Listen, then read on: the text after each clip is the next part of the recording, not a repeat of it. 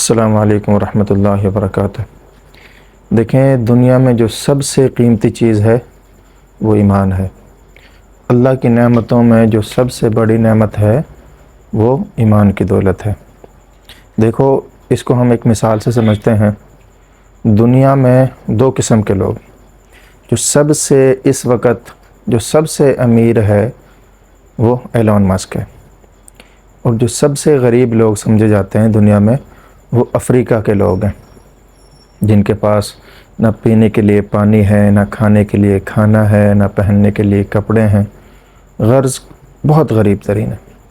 اور Elon Musk اتنا امیر ہے کہ ہم جیسے لوگ سینکڑوں سال کمائیں تو اس کی دولت کو نہیں پہنچ سکتے۔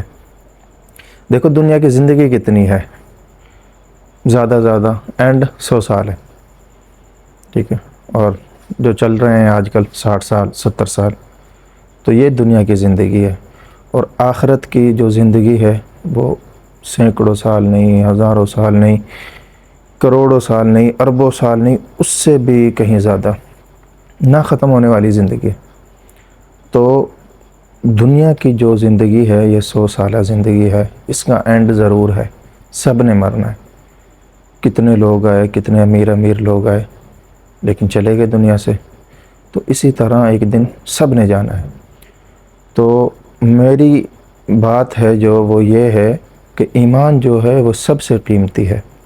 دیکھو، حدیث میں آتا ہے کہ سب سے جو بعد میں جنت میں جائے گا، اس کو جو جنت ملے گی وہ دنیا سے 10 گنا زیادہ بڑی ہوگی، وہ جنت اس کو ملے گی۔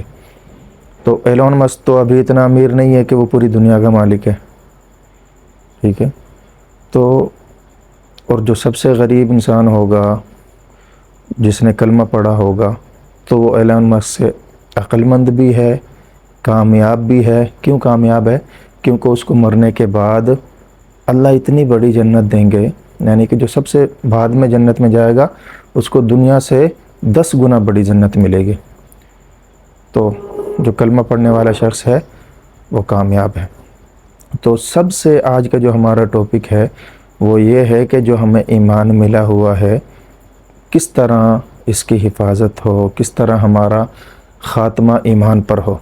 دیکھو، اولیاء کرام، اکابر اولیاء کرام فرماتے ہیں کہ جو شخص مغرب کے بعد کی جو سنتیں ہیں ان میں پہلی سنت میں سورۃ فاتحہ کے بعد سورۃ الفلق پڑھے، اور دوسری رکعت میں سورۃ فاتحہ کے بعد سورۃ الناس پڑھے گا تو اس کی ایمان کی بھی اللہ حفاظت فرمائیں گے اور اس کا خاتمہ بھی ایمان پر ہوگا۔